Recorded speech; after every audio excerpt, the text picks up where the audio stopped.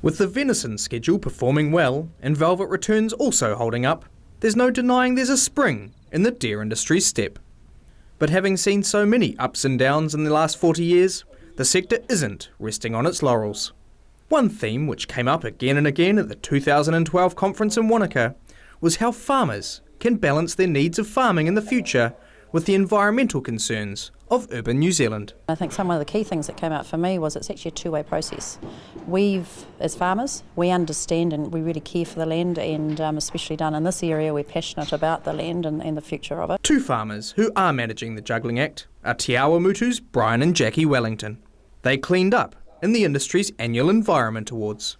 Fencing off waterways has to be quite a major part of it. Some wintering in trees with self-feeding pits, very energy efficient way of wintering animals, and just how we actually farm, the type of animals that we farm on the different parts, contours of the farm. The conference was also an opportunity for the industry to let its hair down and for farmers to catch up with their mates at Wanaka's fantastic Warbirds and Wheels Museum.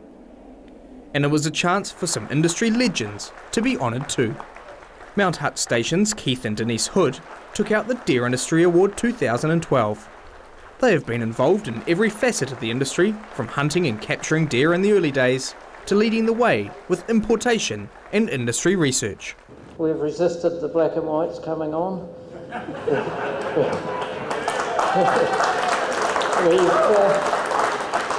We're getting close. Mount Hutt has a history of milking cows in the 30s. It was one of the largest herds milked in the South Island, so it's not new for the black and whites. So, and the neighbours are all turned that way, but at this stage we're still got a few deer there. Around 260 farmers registered for the conference, but a whole lot more turned up for the evening dinner.